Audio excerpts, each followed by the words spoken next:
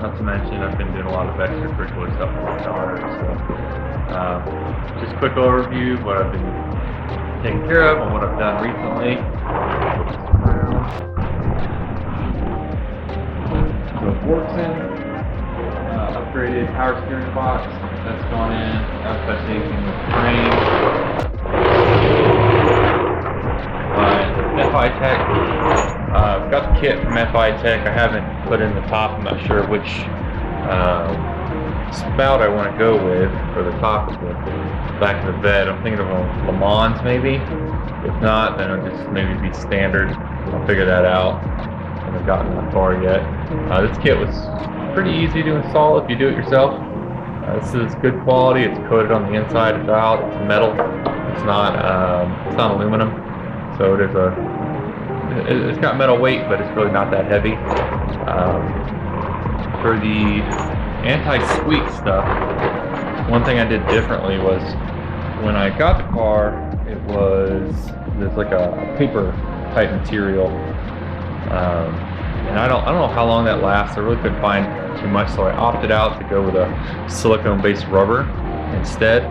And so I put that down, silicone in the corner so it didn't move. You can see a little bit here. Do the same thing here. So even if I have to remove it in the future and go back to the paper stuff, which I don't think I'll have to do, it should be pretty easy to come off. I haven't gotten the lines installed. I'm going to do that off camera. Got rid of my old 5.3 that I was going to build. The LS3 here. I went through and I replaced all the outer gaskets on these, on the front and rear cover. I still need to put in the front seal here. I haven't done that yet. And then I also did the gasket for the bottom of the oil pan here. The reason being was that they were leaking in the corners. I think I covered that from my last video. So that should be taken care of, I hope. Hoping this Velcro gasket doesn't leak. I flushed it up like I'm supposed to. Well, I say that very loosely, supposed to, because some people are like, oh, it doesn't matter. Some people are being good about it. The manuals that I have say it has to be within at least 0.01 from the back of the car. I used a level and straight edge, and I just flushed it right up as much as I could. The biggest thing I ran into, it's almost like the pan, I guess because of the cast, they're not exactly flush, they're not machined except for the mating surface. So we'll see if it leaks. If it does, then I guess I'll be doing another video pulling the whole thing apart. But for now, what I'm going to end up going over is doing the Silver Sport kit, putting it in, chopping up the cross member, putting the transmission on, getting everything aligned, and hopefully you can see my process on that. First thing that I wanted to look at first start with the whole kit, because it comes in several boxes. It's the main T56 kit. When you open it up, it's packaged really well. It's from Tremec. They throw in directions. There's my directions there. I can pull this box up. And one of the first things they tell you to do is to go through the gear shift to make sure that everything flows really smooth, and I've already done that. I pulled the mop gear shift lever out from the kit. Bolts up really easy, really quick, looks really good. And I went through all my gears. The only one you can't go through is the rear because it has a lockout cylinder within it. But it's 6 gears are working fine. I'm sure reverses too. So in the kit, what they send you with the directions is pretty thorough. You have all your installation instructions, a list of parts, and paperwork needed. Most of your paperwork is a lot of the templates and other things you need to modify your existing fiberglass. Goes over your order, your conversion if you did get one. So basically with these kits, they send everything that you need. So in here, this one's more for me because this is the 68 to 82 factory manual. Over here, this is the 76 to 82 factory automatic if you need to do a conversion. And then same over here, 76 to 82 steel tunnel conversion if you need to remake the bottom tunnel for that, for the mounting points. So I won't need these in mine, but they send everything with you, or send everything with it. So that's mainly all the paperwork that they send with you. Everything is line itemed out. They have pictures for every little thing. That includes how to set and center your bell housing as well. Alright, more things that are covered in the kit. We give you all your fluids that you need. Everything is name brand, there's nothing generic in here. Very good stuff, all the way from your clutch fluid down to the transmission fluid. You have your they send you this plate. This plate is to help center your bell housing. It's a McCloyd bell housing as well. I'm going to make the assumption that if you get one from GM or you already have one, then you can omit this. Probably not this though, because it's probably going to need to check your run out and make sure that you're actually centered across with so your transmission's not lopsided in any way. You get new pedals that come in for your for the interior of the car. There's a slave cylinder. There's your isolator for your transmission. Everything's labeled, by the way, which is really nice. This isolator is rubber. It is not polyurethane. So I have urethane bushings for the engine mounts, so I'm debating whether I should change them over to rubber or not. This replaces the LS style covers that are on the sides of the car, or on the sides of the engine, sorry. See, I have them right here. There's some plastic ones here that come factory with it. This is on the starter side. Mounting hardware, everything's ARP, very good quality stuff. Like I said, everything is labeled, so it doesn't really take a lot to guesswork out. And then here's all your new seals for the interior of the car, coming down through the bell housing and the tunnel for the transmission. Moving on with more in the kit. It sends you the entire setup to mount and install the slave cylinder and the master cylinder for the clutch. Here's the faux brake lever, or shift lever, and it even comes with the old style reverse hinge switch, or whatever they used to call it back in the day.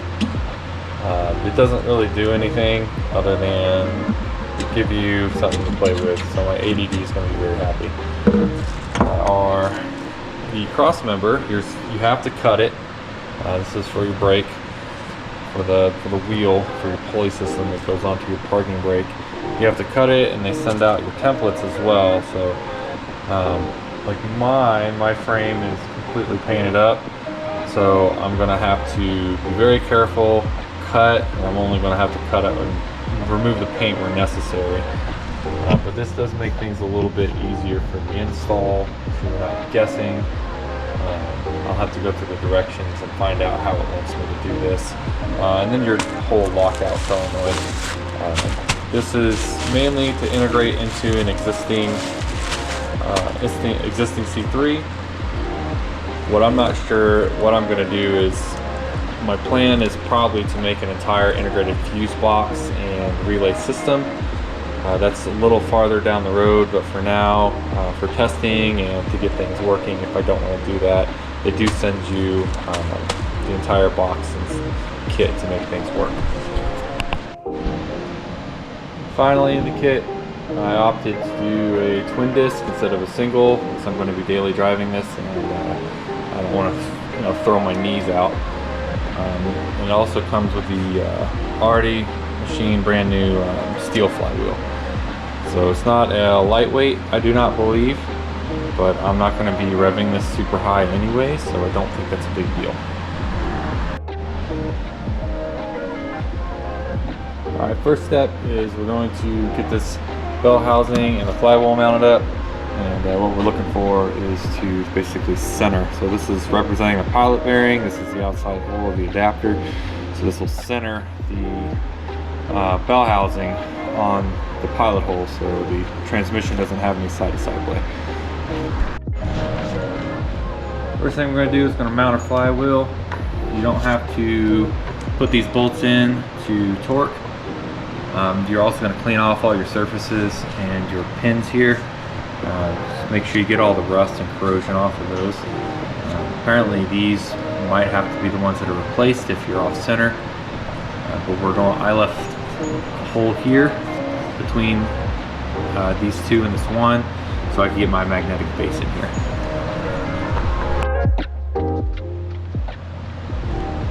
So I centered this as best I could. Really, you're not going to have a very good way to do it because of the way things are staggered. Now, if your base is small enough, you could probably get it in there. But for me, and based on what the directions say, it doesn't really matter a whole lot if it's centered or not.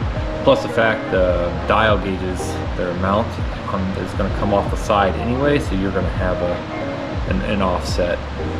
Next step is I'm going to go ahead and throw on this bell housing, and we're going to tighten it from the center points out to the middle, and that does have to go to torque.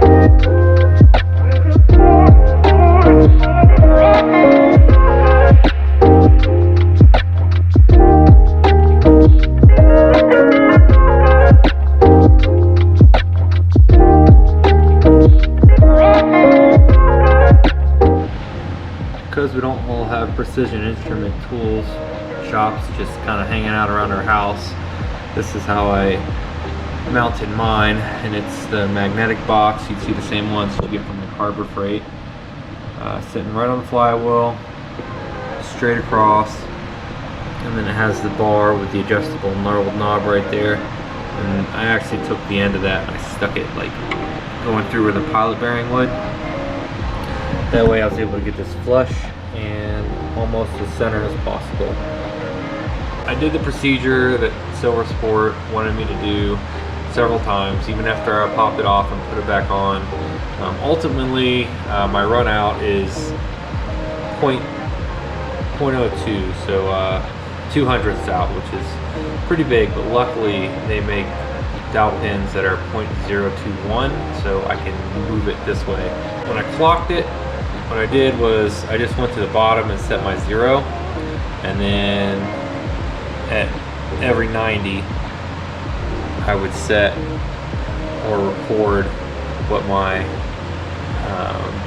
measurements were. So 0, 0.025, positive 0.01, and then it went negative 0.013, so I knew that it had pushed itself this way.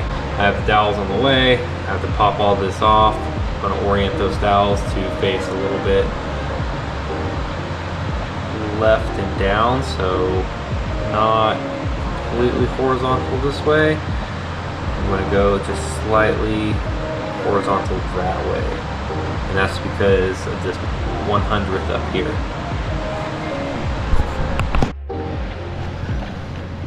So here's my dowels. They came out pretty easy. Just used a drift and a hammer and just pushed them out from the back. You see how these are all kind of corroded in here. I'm going to clean those out, and here are my new ones. Before I put these in, I'm going to lubricate. I'm going to clean up the shafts. Like I said, I'm going to lubricate these so I can turn them. If you notice, they got like a flat head on there, so I can turn them, and that's so I can orient and index the bell housing properly.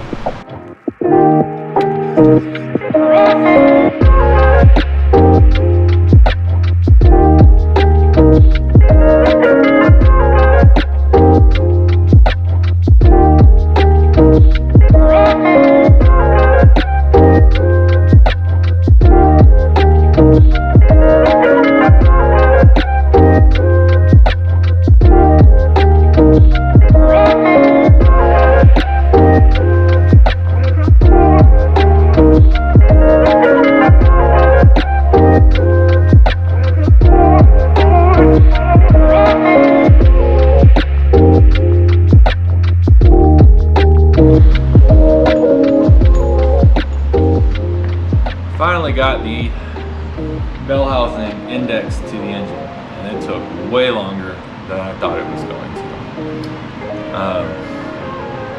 A couple things that really set me back. One is actually getting this plate, or this down some plate where it needs to be. So the Silver Sport directions make it sound pretty simple, and honestly it is. But I was making the assumption that once I had torqued all the bolts down, everything was fit and flush even after cleaning it. Ultimately, what happened is, as you can see, I have this clamp down here, because when I was putting my bolts down and I would torque them to spec, this would actually end up bowing out the bottom of this plate. And I didn't even notice it until like towards the end. So what I did was I actually checked to see how even it was by pulling the dial indicator out and rotating it around, and it was just like wild all over the place. Another thing that I did was I cleaned the surfaces, but maybe it wasn't enough. Maybe it was, and just this had fixed it. But I went through and I polished all the surfaces down. And I also had noticed at the separation marks for the bell housing from the engine, I put in, I think I gouged it a little bit whenever I was removing it. So I had to go through and I had to level that out with some sandpaper as well. But ultimately, I started with 0.026 for my run out, and that is like right at the maximum that you can have. And I ended up with 0.0023. So I think that my number was a little bit lower than 0.026. Well, obviously it wouldn't have gotten that low, but that was my recorded amount. And there's paperwork you have to send back to Silver Sport in order to claim warranty on the transmission that they sent you. So I've got that filled out. I'm going to be emailing that back to them, and through all the frustration and my wife's patience of having me out here and with her rotating the engine over and over and over again, while she slowly got more angry and I just profusely apologized, I finally was able to get this well within spec and able to move on with this part of the project.